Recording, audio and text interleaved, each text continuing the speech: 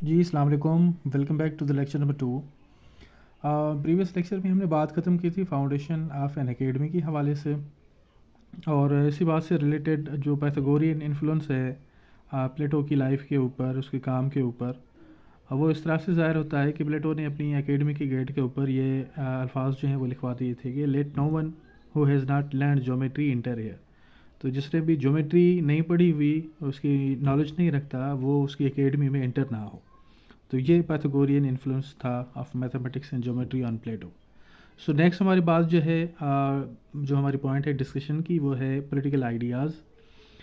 इससे पहले कि हम पॉलिटिकल आइडियाज़ प्लेटो को डिस्कस करें, पहले हम कॉन्टेक्स्ट देखेंगे कि किस टाइम एंड स्पेस में प्लेटो ने अपनी थेराइजेशन की और मुख्तलिफ थेरीज दी। तो पहले जो कॉन्टेक्स्ट की बात हम करेंगे वो है एग्जीक्यूशन ऑफ सोक्रेटिस। तो जो सोक्रेटिस जो प्लेटो के उस्ताद थे, उसकी एग्जीक्यूशन हुई थी by the assembly of 500।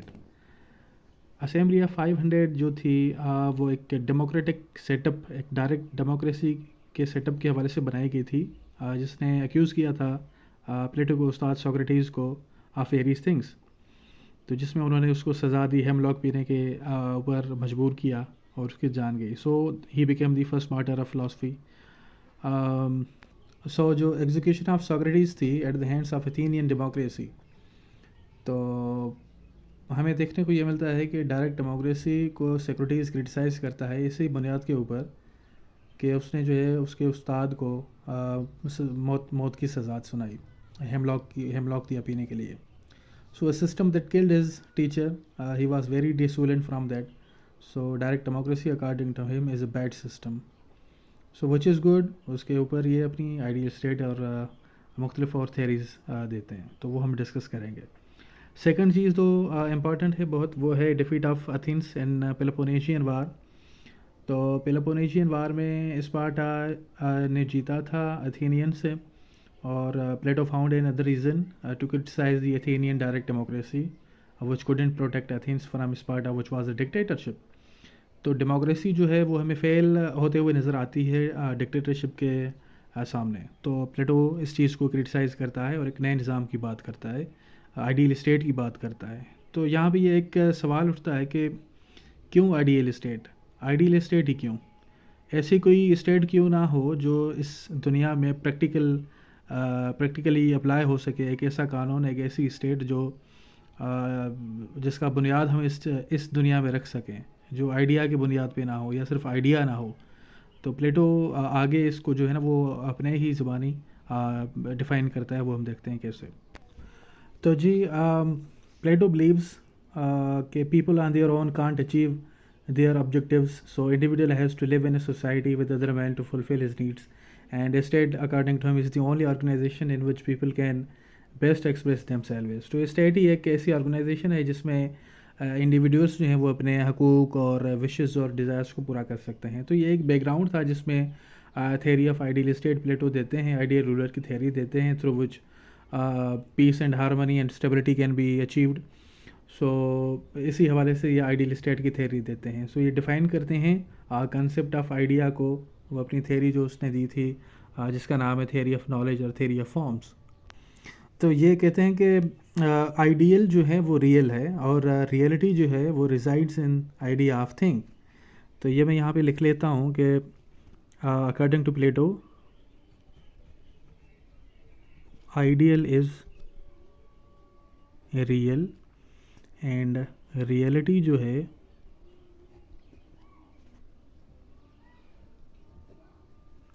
Resides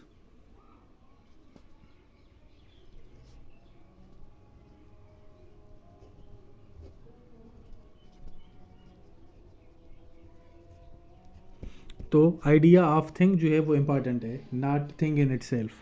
ये आइडिया को एक अलग ही इम्पोर्टेंस देते हैं।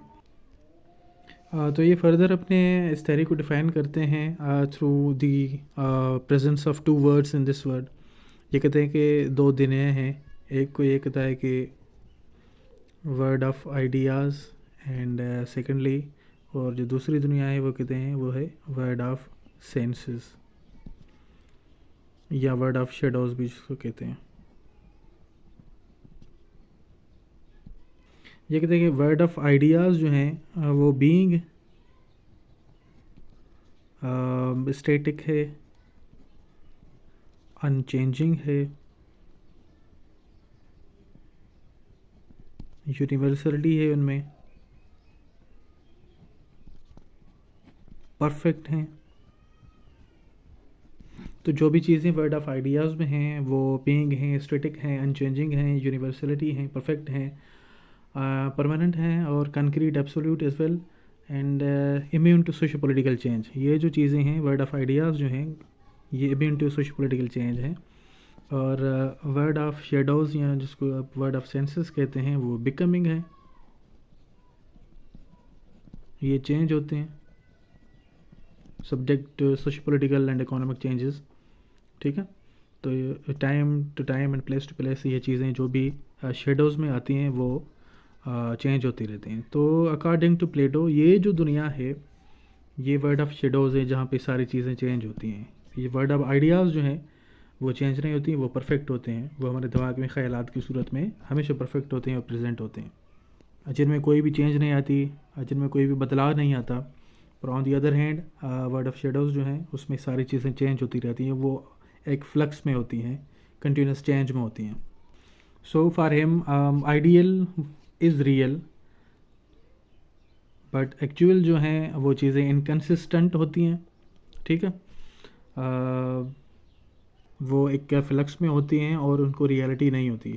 सो ही बिलीव दैट आइडियल जो है वही रियल है। और इस हवाले से इस चीज़ को मद्देनज़र रखते ही अपनी थेरी ऑफ आइडियल स्टेट देता है कि ये जो स्टेट है it's meant to be a model for best state. ठीक है, तो ये मॉडल होगा एक बेस स्टेट जो भी बनाई जाएंगी। So he just wanted to give the real and universal idea of state irrespective of particularity. तो प्लेटो खुद ही अपने लिए कहता है कि ये जो मेरी आइडियल स्टेट की थेरी है या आइडियल रूलर है या फिलोसोफर रूलर है वो रियलाइजेशन उसकी नहीं हो सकती due to the imperfection of human soul. तो ये जस्ट उसने एक आइडिया दिया कि मे बी कुछ चीज़ें उसके आइडियाज़ में से लेके एक नए किस्म की स्टेट बनाई जाए जिसमें एक पीस हो, हारमनी हो, इंटेलेक्चुअल ग्रोथ हो, फिलोसोफर किंग हो, जो सारी चीज़ों जो नॉलेज के ऊपर बनाई जाएँ, एक सुपरा स्ट्रक्चर बनाया जाए जिसकी बेसिस ये सारी चीज़ें हों। सो ये अपनी आइडियल स्टेट जो हैं वो बनाते हैं through the idea of justice, justice के आइडिया के थ्रू। कॉन्सेप्ट ऑफ जस्टिस जो है वो हम कहते हैं कि एक फाउंडेशन है आइडियल स्टेट की। So he wanted to achieve justice through functional specialization. Idea of justice जो है वो फंक्शनल स्पेशलाइजेशन के ज़रिए आता है। वो क्या है वो भी हम देखेंगे, बट उससे पहले हम देखेंगे कि tripartite nature of human soul जो है वो क्या है। तो ये जो एक थ्योरी है tripartite nature of human soul ये आती है पाइथागोरियन इन्फ्लुएंस से।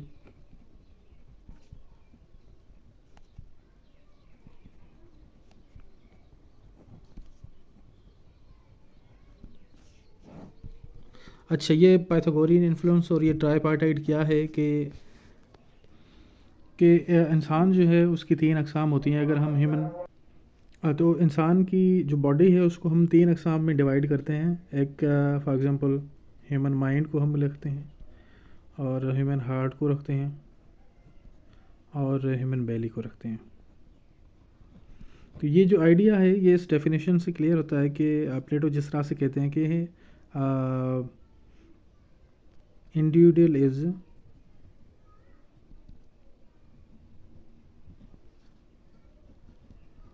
स्टेट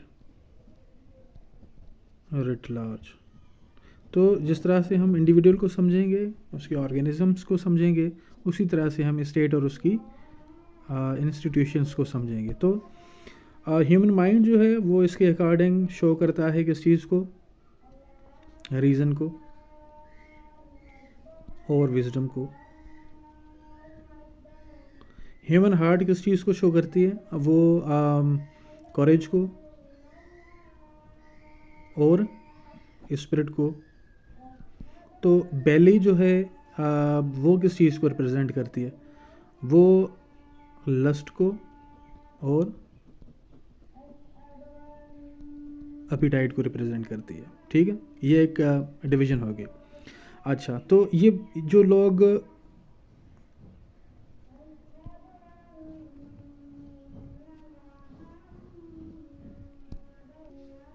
माइंड और रीज़न को रिप्रेजेंट करते हैं उनकी तादाद जो है वो बहुत ही कम होती है, ठीक है। ये लीस्ट नंबर ऑफ़ पीपल होंगे सोसाइटी में, और ये रीज़न को रिप्रेजेंट करेंगे। और हार्ड या करेज को जो लोग रिप्रेजेंट करेंगे, जिनमें ये एक इंस्टिंक्ट जो है वो प्रीडोमिनेंट होगी, वो जो हैं वो कुछ लोग होंगे। सम पीपल होते हैं जो करेजस होते हैं, ठीक है। और ये जो थर्ड कैटेगरी में लोग आएंगे, ये मेजॉरिटी ऑफ द पीपल इसमें आएंगे, क्योंकि मेजॉरिटी ऑफ द पीपल चाहते हैं कि उनकी विशेस और डिज़ायर्स जो हैं वो पूरी हो जाएं। तो बहुत लोग इस कैटेगरी में आएंगे, बहुत कम इसमें आएंगे हार्ट वाली कैटेगरी में, और लीस्ट जो हैं वो फर्स्ट कैटेगरी या जिसमें रीज़न और प्रेजेंट को जो लोग ज़ाहिर करते हैं वो इस कैटेगरी में आएंगे। तो इनमें से हम देखते हैं कि ये सारी चीज़ें इंसानों में होती हैं, बट कोई ना कोई एक जो होती है उनकी प्रीडोमिनेंस होती है किसी भी इंसान में, तो उस हवाले से वो जो है वो काम करते हैं। तो फर्दर प्लेटो कहते हैं कि ये जो इंसान की हमने डिवीज़न की है ऑर्गेनिकली, स्टेट की डिवीज़न भी इस डिवीज़न के मुताबिक ही होगी। तो फॉर एग्ज़ाम्पल ये तीन जो हैं हमने क्लासेस ले लिए, तीन अक़साम के लोग हमें मिल गए, तो ये कहते हैं कि एक स्टेट की जो सोसाइटी होती है, स्टेट में जो सोसाइटी होती है उनमें इसी तरह से डिवीज़न होती है। अच्छा, जो लोग मेजॉरिटी में होंगे वो पीपल ऑफ लस्ट और अपीटाइट, उसको हम बनाएंगे या उनको हम कहेंगे कि ये आर्टिसंस होंगे, या इनको हम प्रोड्यूसर्स भी कह सकते हैं। तो ये कुछ लोग जो करेजियस होंगे या जिसमें स्पिरिट की इंस्टिंक्ट जो है वो डोमिनेंट होगी, उनको हम कहेंगे पीपल एंगेज्ड इन मिलिट्री, या जिसको हम सोल्जर्स भी कहते हैं। और ये लीस्ट नंबर ऑफ़ पीपल जो हैं जिनमें रीज़न और विजडम प्रीडोमिनेंट होगा, उसको हम कहेंगे, उनको कहेंगे हम रूलर। तो ये स्टेट के तीन जो हैं वो तबके आ गए, एक रूलर आ गया, दूसरा मिलिट्री, और तीसरी अक़साम जो है वो आर्टिसंस होंगे। ये प्रोड्यूसिंग क्लास होंगे, ये सिक्योरिटी में काम करेंगे और ये रूल करेंगे, क्योंकि इनको नॉलेज है और इंटेलेक्ट है। सो फर्दर हम इनको अगर देखें कि माइंड जो है वो rational part of the body कहलाएगा, हार्ट जो है वो स्पिरिटेड पार्ट ऑफ बॉडी कहलाएगा, और बेली जो है वो desiring part of human body कहलाएगा। सो जिस तरह से हमने कहा कि there is always one instinct dominant, so predominance of any one defines one's ability to do certain things. So इसी हवाले से हम देखते हैं कि थ्योरी ऑफ फंक्शनल स्पेशलाइजेशन जो है वो काम करती है कि अगर फंक्शनल स्पेशलाइजेशन मेंटेन होगी सोसाइटी में, तो ही सोसाइटी में जस्टिस जो है वो मेंटेन रहेगा। तो according to Plato justice is one man one work. तो जिसमें भी जिस काम करने की हैसियत है, हिम्मत है, उसको स्किल एक्सपर्टीज़ है, वो ही बंदा उस काम में इंगेज किया जाए तो सोसाइटी में जस्टिस हो सकता है। So it's not minding in one's it's minding in one's business, not meddling in the affairs of the other. किसी और के काम में टांग नहीं अड़ानी चाहिए। अगर फॉर एग्जांपल आपको वो काम आ भी नहीं रहा, तो फिर भी आप किसी और के काम में टांग अड़ा रहे हैं, तो ये जस्टिस सोसाइटी में क्रिएट नहीं होगा। तो आपको जो काम आता है, जो स्किल है आप में, उसी तरीके से आप काम करें। और ये रूलर की जो है वो ड्यूटी होनी चाहिए, सॉरी उसकी अथॉरिटी होनी चाहिए कि जो बंदा जिस काम में माहिर है उसी को उसी से लगाए, ना कि किसी अनस्किल्ड लोगों को या बंदे को। सो जस्टिस जो है वो रूट है वेल ऑर्डर्ड सोसाइटी की। So due to this non interference there will be harmony and citizens sense of duty जो है वो मेंटेन रहेंगी, and this idea will lead to the excellence of human soul. So in the same way as organs of body perform their own work, तो state में जो लोग होंगे वो भी अपना काम करेंगे, और इससे क्या होगा कि सोसाइटी में हार्मनी होगी और जस्टिस कायम होगा। तो रिजल्टेंटली हम क्या कहेंगे कि फंक्शनल स्पेशलाइजेशन का मतलब ये है कि आजकल के दौर में जो स्पेशलाइजेशन होती है ना एक डिग्रीज़ में, कि भाई ये इस डिग्री में स्पेशल है, ये इसमें है, हमें स्पेशलाइजेशन के तरफ जाना चाहिए। ऐसे ना हो कि इंजीनियर जो है वो आके CSS कर लें, डॉक्टर्स जो है वो CSS कर लें, तो हमें ना अच्छे इंजीनियर मिलते हैं, ना अच्छे डॉक्टर मिलते हैं, ना अच्छे CSPs मिलते हैं। तो ये तीनों चीज़ें जो है वो मिक्स होती हैं। तो अगर प्लेटो की हम बात मान लें और फंक्शनल स्पेशलाइजेशन करें, तो जो भी बंदा जिस काम में माहिर है उसको वो उस ड्यूटी से लगाया जाए तो वो सोसाइटी में एक जस्टिस भी होगा और सेंस ऑफ हार्मनी भी होगी। बट यहाँ पे एक सवाल ये उठता है कि किस तरह से ये प्रीडोमिनेंट जो स्किल है, जो इंस्टिक्ट है, वो हम प्रिस्क्राइब कर सकते हैं कि इस बंदे में ये है, ये बंदा जो है इस काम में माहिर है। तो प्लेटो जो है वो इंट्रोड्यूस करता है अपनी स्कीम ऑफ एजुकेशन अपने जस्टिस के आइडिया को इम्प्लीमेंट करने के लिए। तो ये भी हम सुनते हैं कि प्लेटोनिक एजुकेशन जो निज़ाम है is an attempt to cure a mental malady with mental medicine. And education का जो आइडिया है उसका वो मैटर ऑफ लाइफ टाइम है, और इसका एम यही है कि डिस्कवर करे तीनों एलिमेंट जो बंदे की जो एक इंसान की इंटेलेक्चुअल ग्रोथ में शामिल होते हैं। तो इसका जो एजुकेशन का निज़ाम है वो बर्थ से स्टार्ट होता है। तो नेक्स्ट हमारी पॉइंट जो है वो इसकी थ्योरी ऑफ एजुकेशन